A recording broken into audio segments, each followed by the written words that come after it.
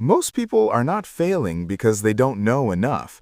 They're failing because they think too much and act too little. Think less, do more is not about becoming careless. It is about escaping the trap of overthinking that silently kills dreams, confidence, and momentum. This summary will help you understand one powerful idea. Clarity comes from action, not from endless thinking. Every day you tell yourself that you will start when you feel ready. You will begin when you have a better plan. You will act when you feel confident. But the truth is, readiness is a myth. Confidence is not something you wait for, it is something you build through action. Overthinking feels productive. It feels like you are preparing. You analyze every possible outcome, you imagine success, you imagine failure, you calculate risks. But while you are thinking, time is moving, opportunities are passing, and someone with less knowledge but more courage is already taking action. The book teaches that action creates clarity.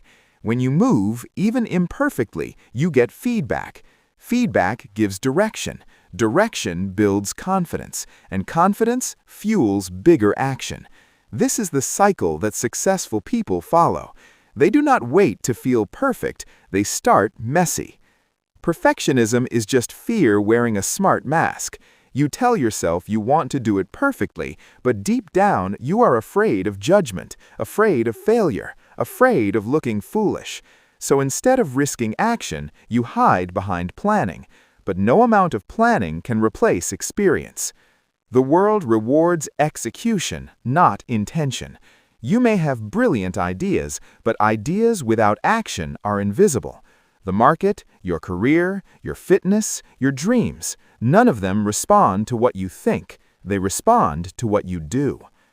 Another powerful lesson is that small actions compound. You don't need a massive breakthrough. You need consistent movement. One page written daily becomes a book. One workout daily becomes transformation. One video uploaded daily becomes a channel. Action, repeated over time, becomes identity.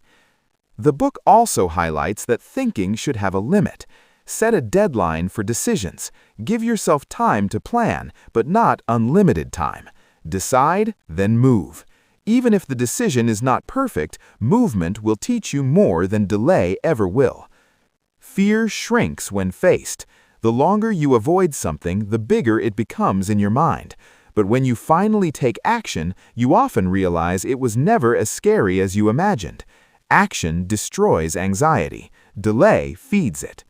You do not need motivation to start. You need discipline to act despite your feelings. Motivation comes after progress. When you see results, even small ones, you feel energized. That energy pushes you forward. Waiting for motivation keeps you stuck.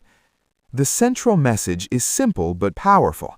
Thinking is important, but it must serve action.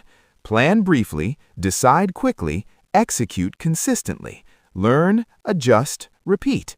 This is the formula for growth in any area of life.